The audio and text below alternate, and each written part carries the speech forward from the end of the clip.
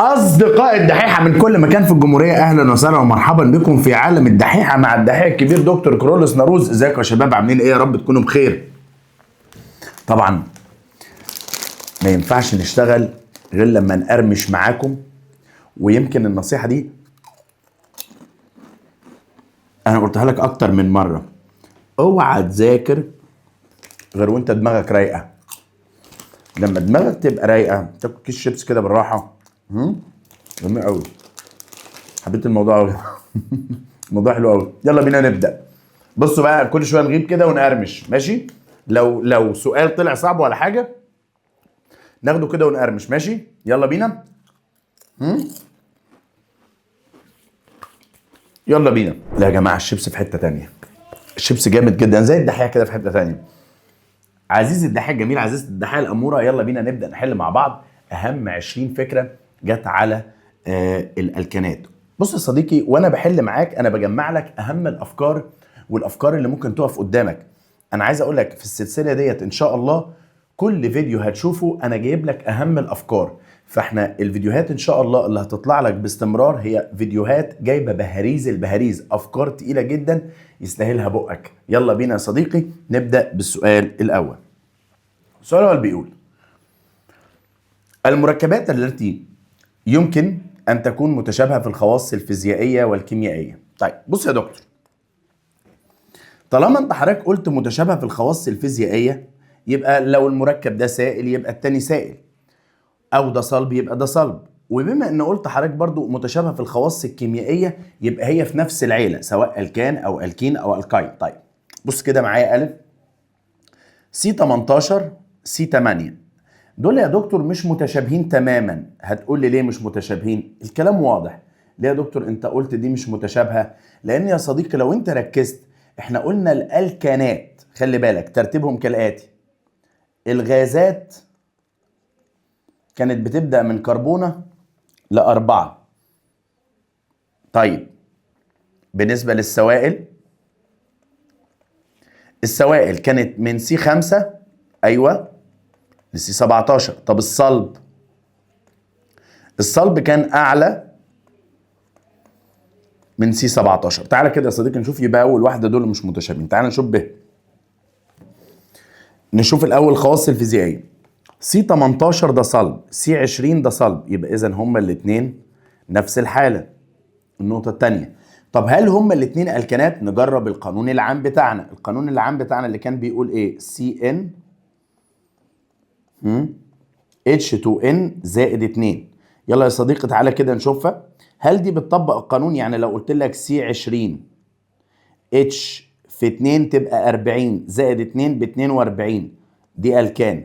طيب تعالى نشوف دي برضو. سي 18 اضرب في 2 تبقى ب 36.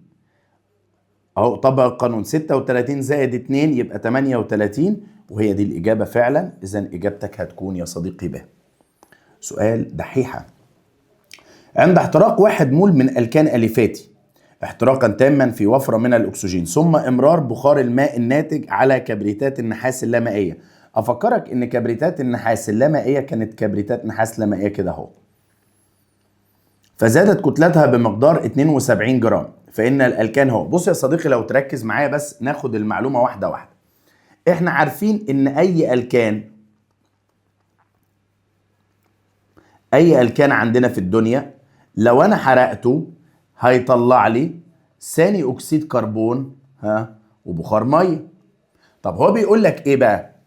إن لما بخار المية ده عدى على كبريتات النحاس اللامائية تغير لونها أو ازدادت كتلتها بمقدار 72. ال 72 دي توقفني. سؤال حلو قوي، سؤال فيه تركية حلوة قوي. تقول لي يا دكتور أنا عايز أعرف عدد مولات الماء، لان انا لو عرفت عدد مولات الميه بالشكل ده كده انا هعرف عدد ذرات الهيدروجين. معاك حق، عدد مولات الميه. افتكر القانون، كتله على كتله موليه. الكتله ب 72، الكتله الموليه للميه كلكم حافظينها ب 18. اذا يا مستر عدد مولات الماء كام؟ 4. حلو قوي. يعني اذا الميه هنا ب4. برافو. طب لو الميه ب4، هنا بقى السؤال، لو المية ب4 يبقى معنى كده ان المركب اللي قدام الناحية التانية في كام هيدروجينة؟ اكيد يا دكتور في 8، صح؟ يعني معنى كده ان المركب ده H8. طب حبيب قلبي اذا كانت ال H8 يبقى السي ب3، مش كده ولا ايه؟ ما هو H8 يبقى طبق القاعدة اللي هي CnH2n زائد 2 هتطلع معاك. انت بتقول لي ان ال H كلها ب8، يبقى ال N بكام؟ اكيد ال N ب3. خلاص كده يبقى اجابتك هتكون ايه؟ ها يا صديقي اجابتك هتكون 1000. السؤال اللي بعده، عند كشف عن الكربون والهيدروجين في المركب العضوي فإن المركبات النهائية المتكونة بعد فترة في أوعية بخار الماء وثاني أكسيد الكربون. بص معايا يا صديقي، أولا أنت بتكشف عن الكربون والهيدروجين. الهيدروجين يتحول لمية والكربون يتحول لثاني أكسيد كربون. ماشي، طب إيه اللي هيحصل؟ بص يا دكتور، أنت كان عندك ماء الجير الرائق ده في وجود ثاني اكسيد الكربون هيتحول الى كربونات كالسيوم، ادي اول واحد. وعندك كبريتات النحاس اللامائية في وجود المية تتحول الى، برافو، كبريتات نحاس مائية. تعال بقى يا صديقي جاوب، فين اجابتك؟ فين اجابتك؟ ايوه اجابتك الف. غلط، احنا قلنا ده هيتحول، يبقى اجابتك باء. وصلت؟ يا رب تكون وصلت. اللي بعده، الكان اكس كتلته المولية، سؤال جميل جدا جدا جدا جدا، كتلته المولية 226 جرام عند تكسيره حراريا. يعني انتوا عارفين طبعا احنا كان عندنا تفاعل اسمه التكسير الحراري الحفزي. فعلا، وكان بيطلع الكان والكين. طب تعال نشوف بس هو بيقول لك ايه. كتلته المولية 226 عند تكسيره حراريا، فكرة عظيمة، ينتج مركبين عضويين واي وزد، اكيد واحد فيهم الكان والتاني الكين. فاذا كان المركب واي الكين، اقف عندها دي، ما احنا قلنا هيطلع الكان والكين. اذا كان المركب واي الكين، ماشي، الكين يعني ده الكين اهو، ها، واكيد ده الكان. ب 11 ذرة كربون. ثانية واحدة، إذا كان الألكين يا ابني عندك فيه 11 ذرة كربون، يعني الألكين C11 H22، فإن عدد ذرات الهيدروجين في المركب زد. بص يا صديقي الأول تعالى نشتغلها بفكرة محترمة دلوقتي. أنت عايز تعرف إيه الألكان. ما هو في نقطة يا دكتور، إيه هي النقطة دلوقتي؟ طلع آلتك الجميلة كده، الآلة الحاسبة بتاعتك، عشان هنشتغل مع بعض دلوقتي ونحل سوا. بص يا صديقي، كتلة الألكين قد إيه؟ يعني أنا دلوقتي عايز أعرف كتلة الألكان، ودي بقى النقطة اللي إحنا عايزين نجيبها. كتلة الألكان هتجيبها إزاي؟ هجيب الكتلة الكلية كلها 226، حلو، واطرح منها كتلة الألكين. طب يا جماعة كتلة الألكين قد إيه؟ تعالى نحسب كتلة الألكين كده على جنب. 11 في 12 زائد 22 في 1. احسب لي كده، 11 في 12 زائد 22 في 1 يبقى 154. كتلة الألكين 154. فكرة عظيمة. يبقى يا دكتور كتلة الألكان بتساوي 226 ناقص 154، صح كده؟ احسبها كده معايا على الآلة، ناقص 154 يبقى كتلة الألكان بتساوي 72. فكرة جميلة جدا. يبقى كتلة الألكان بتساوي 72. طيب ما انت عندك قانون تقدر تطبقه. يلا كده يا صديقي، ايه القانون اللي هنطبقه؟ بص بقى معايا عشان بس الدنيا تبقى واضحة. طيب بص معايا القانون اهو. احنا عرفنا كده يا جماعة، طلعنا بمعلومة مهمة، ان كتلة الألكان بتساوي 72. انا عايز اعرف عدد ذرات الكربون والهيدروجين، تقول لي CN H2N زائد 2 بتساوي 72. هتودي لي الاتنين بعكس الإشارة، يبقى CN H2N بتساوي 70. طب دكتور الكربون عدده الذري ب 12، كتلته الذريه ب 12 اسف، والهيدروجين بواحد، اجمع الاتنين على بعض يبقى دول يا دكتور كده 14 ان بتساوي 70. اذا قيمه الان بتساوي 70 على 14، الان فيها 5. اذا الالكان اللي عندك فيه 5 ذرات كربون، وبما ان فيه هو 5 ذرات كربون يبقى الهيدروجين اللي فيه ب 12، فإن عدد ذرات الهيدروجين في المركب زد يقصد بها الألكان. عدد ذرات الهيدروجين في كام؟ أيوة ب 12. سؤال في اي بي مهم جدا. السؤال ده ما يحلوش غير دحيحة صدقوني. 5. أول أفراد المركبات التي تسمى إيصايل الألكان. مهمة جدا جدا يا صديقي إنك تحلها وتفهمها، مش بس مجرد تحلها. إيصايل الألكان، بص يا صديقي، هو عايز هنا يعمل الإيصايل كتفرع.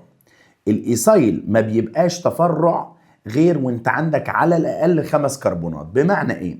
بمعنى اهو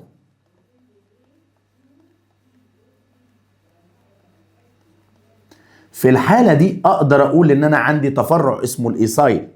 طيب في حالة ان انا اعملها 4 ما تنفعش. طب يا دكتور في حالة ان انا اقول C5H12 برضو ما ينفعش، لان انت حضرتك شايف ان عندك 5 كربون و2 كربون تاني يبقوا 7، يبقى اجابتك على طول د C7H16. سؤال مهم وسؤال عالمي، سؤال مهم بجد وسؤال عالمي. طيب يا دكتور اللي بعده، التقطير الجاف للمركب التالي مع الجير الصودي ينتج. حبيبي الغالي، التقطير الجاف دائما وابدا يشيل السونا، وده اللي احنا اتفقنا عليه يا اولاد. ماشي، ناخد بقى شيبسي عشان ايه؟ نهدي اعصابنا. التقطير الجاف يشيل السونا، وايه كمان؟ ويرجع اتش مكان السونا. نعم، بص كده المركب اللي هيطلع يا صديقي CH3، شيل السونا CH3. ايوه CH3 توقع، دي توقع. حبيب قلبي انا قلت لك زود اتش. صح يا دكتور CH3. يلا نسمي يا صديقي، نختار اطول سلسله كربونيه اهو. برافو برافو بجد، اطول سلسله كربونيه. طب وبعدين كمان، بعدين نرقم من الاقرب للتفرع، يبقى دي 1 2. برافو. طب بعد كده ناخد التفرعات. انت عندك يا صديقي ده 2 و2 ثنائي ميثايل بيوتان. هل الاجابه دي موجوده يا دكتور؟ 2 و2 ثنائي ميثايل بيوتان. سؤال حلو، سؤال في فكره. ما عدد مجموعات الميثين في الايزو هكسان؟ مهمه جدا جدا جدا، وتعالى كده افهمها لك وبشويش. يلا بينا يا صديقي، ما عدد مجموعات الميثين في الايزو هكسان؟ تعالى كده واحده واحده الاول نرسمه. ده بيترسم ازاي؟ بص كده معايا الايزو، وهقول لك يعني كلمه ايزو. ايزو يا اولاد يعني في كربونه عليها تفرع وعليها اتشاي بالشكل ده كده اهو. ده كده الايزو، ده كده معنى الايزو، ان يبقى عندك تفرع على الكربونه اهو وعليها اتشاي. طب حلو قوي يا دكتور. هو بقى عايز مجموعات الميثيلين او الميثين، الاسمين شغالين. عد كده كام مجموعه CH2 الميثين، كام مجموعه CH2. صدقني يا دكتور، بص بص بص اللي عندي قد ايه CH2. الواد الشاطر يقول لي ادي واحده وادي الثانيه، انا عندي مجموعتين CH2. يبقى اجابتك هتكون ب. اجابتك هتكون ب. السؤال اللي بعده، عند تكسير الحراري الحفزي للهبتان قد يتكون. الهبتان يا صديقي 7 كربون 16 هيدروجين. كسر. انا بالنسبه لي مش فارق، رقم 1 بالنسبه لي اللي فارقه يكون عدد الكربون اللي داخل زي عدد الكربون اللي خارج، ويكون عندي الكان وفي الكين. ده اللي انا عايزه. تعال نشوف كده، ايثان وبروبان وبروبين. ثانيه واحده، الايثان 2 كربونه H6، بروبان C3 H8، بروبين C3 ايوه H6. عد كده الكربون ادي دول، لا ده الكربون بس هنا 8، يبقى دي ما ينفعش خالص. تعال نشوف ايثين، يبقى C2H4، بروبين C3H6، ايثان C2H6. عد كده. بص يا دكتور، الكربون ادي 2 و3 5 و2 يبقى دي 7. 7 طب 7 كويس. طب الهيدروجين قد ايه؟ الهيدروجين ادي 6 و6. ايوه 6 و6 12. 12 و4 16. اذا هي دي اجابتك، لان عدد الكربون هنا 7 وعدد الهيدروجين 12 و4 16. يبقى دي اجابتك مظبوطه ب. ما عدد متشكلات الصيغه الجزيئيه C4H9Br؟ تعالى يا صديقي نحسب الايزومرات. بص كده تكتب فيها الايزوميرات. تعالى نشوف عدد الايزوميرات قد ايه. اول حاجه اعمل لي سلسله طويله اهو، ده اللي احنا اتعلمناه مع بعض.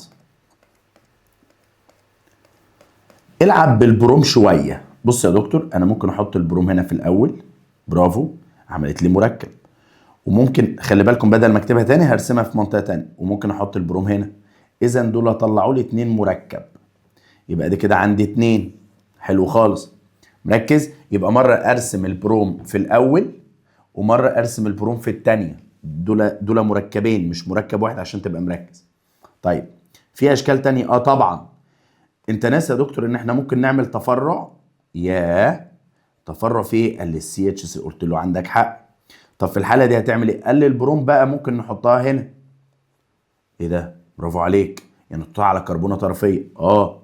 وقال لي ممكن حاجه كمان يا دكتور. قلت له يا ابني ايه هي؟ شوقتني. قال لي ممكن احط البروم اهو على الكربونه اللي في النص. ادي مركبين كمان.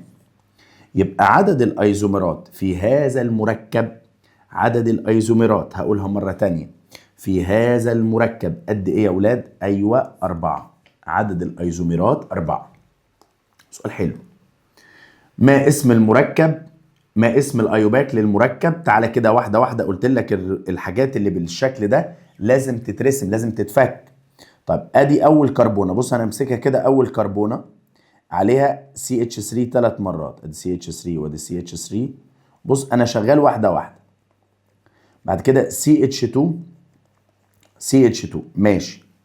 بعد كده C وعليها H. تمام. وبعد كده CH2 انا ماشي زي ما هو بيعمل بالظبط، وCH3. كمل. بعد كده CH3. الواد الشاطر اللي مركز او البنوته الشاطره الدحيحه يقول لي ايه؟ لازم اختار اطول سلسله كربونيه. يا ابني اختار اطول سلسله اهو. دي اطول سلسله كربونيه متصله او مستمره. تفرعاتي تفرع تفرع تفرع. يلا سمي كده. ها مستر. ادي 1 2 3 4 5 6 7. ده هبتان مبدئيا. حلو، ادي هبتان. طب تفرعاتك يا دكتور استنى. هنا كربونة دي رقم 1، يبقى دي رقم 2، يبقى دي 3، يبقى دي 4، يبقى دي 5. يبقى بص يا دكتور 2 و2 و5 صح؟ ثلاثي ميثايل 2.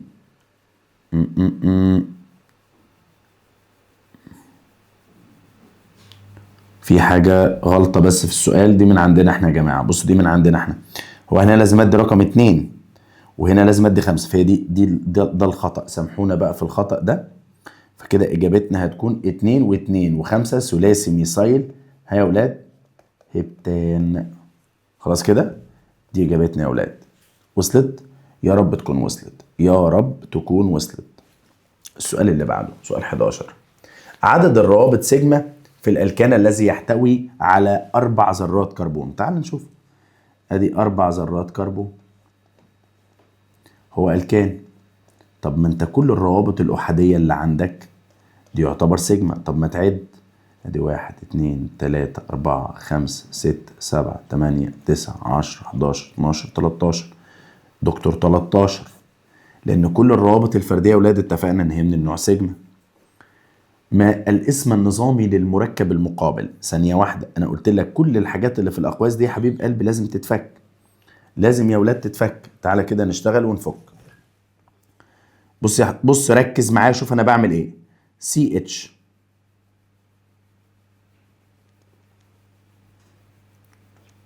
مش ممكن يا جماعة، انتوا كاتبين ازاي الكلام ده؟ في خطأ برضو هنا. لا في خطأ، بصوا كده دي ما تبقاش موجودة، ما تنفعش. فيبقى كده CH3 CH2 CH2 CH فوق CH3، ايوه CH2 CH3. يلا يا صديقي تعالى كده نشتغل ونقول. بص بقى، اختار اطول سلسلة كربونية. ادي 1 2 3 4 5 6 7. مستر ده هبتان. تصدق ده هبتان تفرعاتك اهو.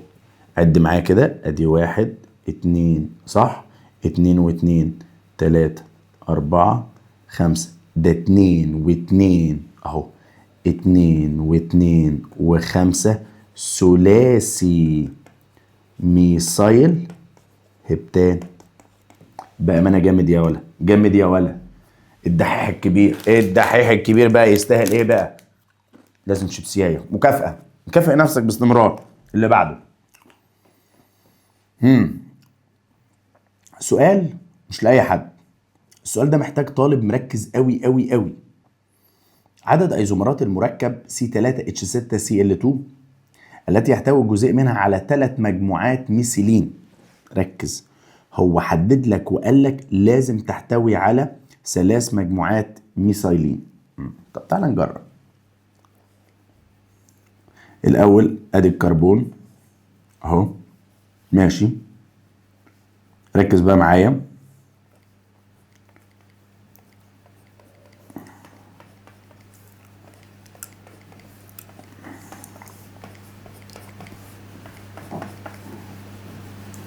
طبعا انا هنا في ورطه، انا هنا في ورطه. بص يا ولاد، ده المركب اللي انا قدرت ارسمه، بس هو قال لي حاجه. قال لي الجزيء يحتوي على 3 مجموعات ميثيلين اللي هي الرمز بتاعها CH2. سؤال حرفيا في الجون، في الجون. طب يا ولاد انا لو هركز هنا في النقطه دي، انا محتاج ارسم CH2 3 مرات. طب ماشي يا دكتور، ثانيه واحده كده. انت محتاج ترسم CH2 كم مره؟ 3 مرات. اوف يا دكتور، ده احنا كده خلصت. تصدق يبقى انت ما عندكش غير مركب واحد. بص بص بص، لان هذا المركب لو انت مركز بص كده معايا، يحتوي على مجموعة ميثيلين اهو، CH2 CH2 CH2. يا جماعة دي مهمة جدا. 3 مجموعات ميثيلين. طالما هو ربطني يبقى هو عايز يسمع كلمة واحد، عايز يشوف واحد ميثيلين. طيب بص بقى يا دكتور، لو هو بقى قال لك في السؤال ده، بص ركز معايا، ما جابش سيرة 3 مجموعات ميثيلين دي، ما جابش سيرتها. طب يبقى انا كده هبتدي ارسم بناء على، ايوه بناء على ان مش لازم يكون عندك ميثيلين. فانا هجاوب السؤال بدون الجزء الاخير ده. احنا خلاص جاوبنا السؤال وخلصنا. بس تعالى كده نتخيل انت عايز تعمل 3 ايزومرات. انا ممكن اقول لك الاتنين كلور على كربونه واحده. تصدق معاك حق. وممكن حاجه تانية، انا ممكن كمان كايزومر اعمل الكلور هنا واعمله هنا. معاك حق يا ابني صدقني. وممكن كمان اعمل الاتنين كلور على الكربونه اللي في النص. معاك حق برضو.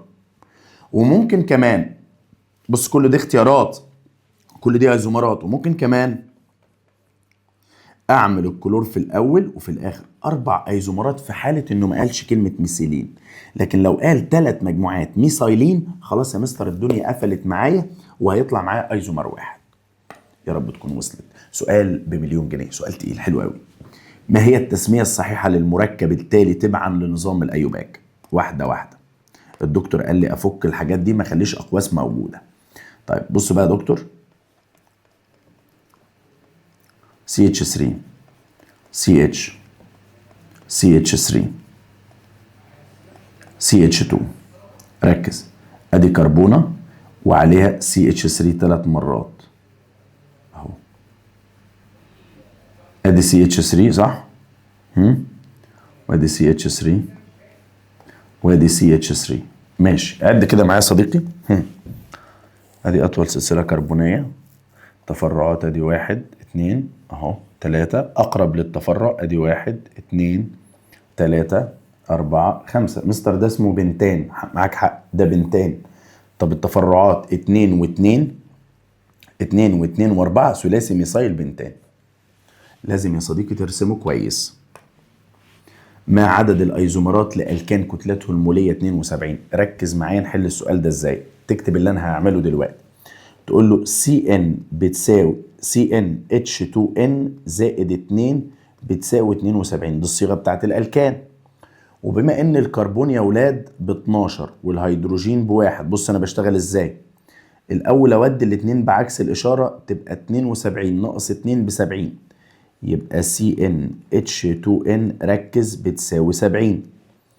النقطه الثانيه، اذا كانت الكربونه ب 12 والهيدروجين بواحد، يبقى انت كانك بتقول 12 ان زائد 2 ان بتساوي 70، يبقى 14 ان بتساوي 70. يبقى قيمه الان 70 على ال 14 بتساوي كام يا ولاد؟ بتساوي 5. يبقى الالكان ده سي 5 اتش كام؟ اتش 12. تعالى بقى طلع لي عدد الايزومرات بتاعته.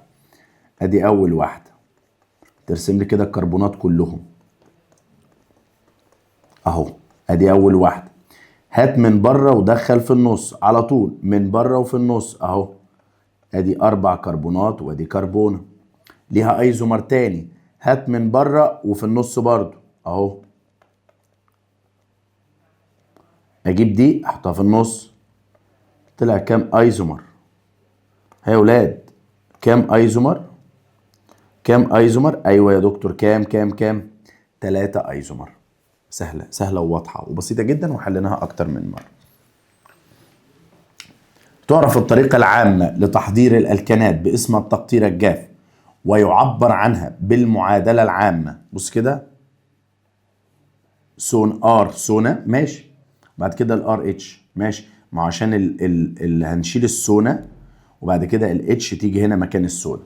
فإن عدد ذرات الكربون في الملح الصوديوم فإذا كان عدد ذرات الكربون في الملح الصوديوم المستخدم N، فيكون عدد ذرات الكربون في الألكان الناتج من التفاعل N ناقص 1. ما احنا قلنا يا مستر التقطير الجاف بيقلل الكربون واحدة، فلو ده كان عدد الكربون N يبقى ده N ناقص 1. سهلة، سؤال دحيحة مهم.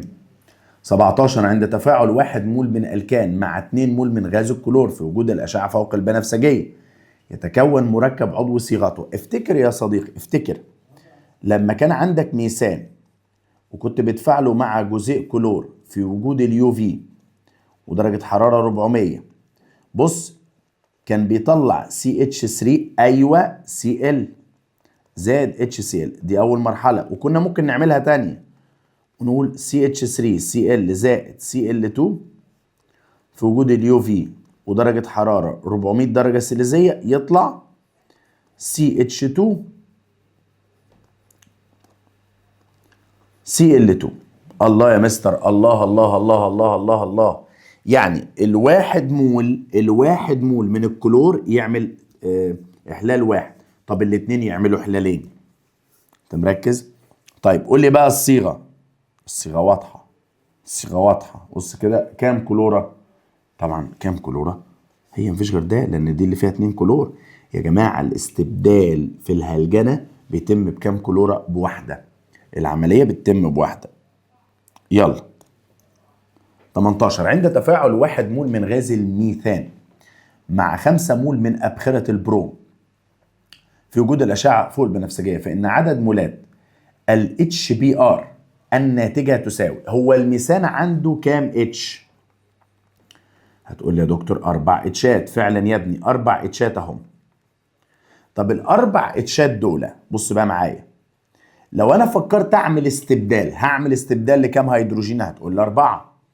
يبقى يا دكتور انا هستخدم كام مول من ال5 مول دول؟ اقول لك صدقني هم 4 مول، لان كل اتشايه بيتم استبدالها ببروم واحده. خلاص كده، يبقى هم بس 4 مول بروم. ارجع لمعادلات الهلجنه. يبقى يا دكتور عملت الاستبدال اهو، بدل استبدل، يبقى هيطلع عندك CBr4 زائد ايوه HBr، بس كام واحده؟ ايوه هيبقوا 4 HBr. لان انت عدد الاتشات اللي موجوده في الميزان 4 فانت هتستبدلهم. خلاص كده يبقى هيطلع عدد مولات ال HBr 4. الصيغه الجزيئيه لمركب 2 كلورو 4 و4 ثنائي ميثايل هكسان. لازم يا صديقي تكتب المركب ده الاول كالاتي. الاول بنبدا باسم المركب الطويل اهو 1 2 3 4 5 6. حلو. بعد كده انت كاتب 2 كلورو، ادي 2 كلورو 4 و4 ثنائي ميثايل. هنا